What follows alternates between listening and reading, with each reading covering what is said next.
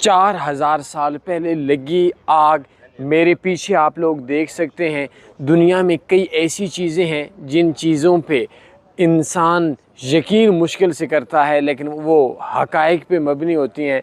ये आग आप देख सकते हैं। मैं अगर कैमरामैन को बोलूँगा कि ये थोड़ा नज़दीक आकर देखे तो ये आग थोड़ी सी जगह पे है, और इस आग को आज तक ना कोई बारिश बुझा सकी और ना ही ये आग इस जगह पे। अलग बात है बहुत ज़्यादा बर्फ़बारी होती है फिर भी ये नहीं बुझी।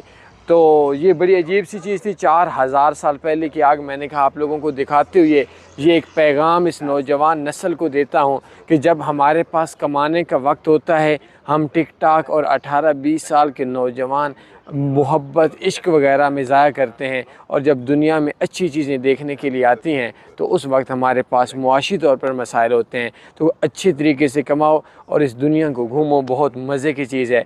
मज़ीद बायो में मेरा व्हाट्सएप कोर्स है, उसको आप देख लें इंशाल्लाह।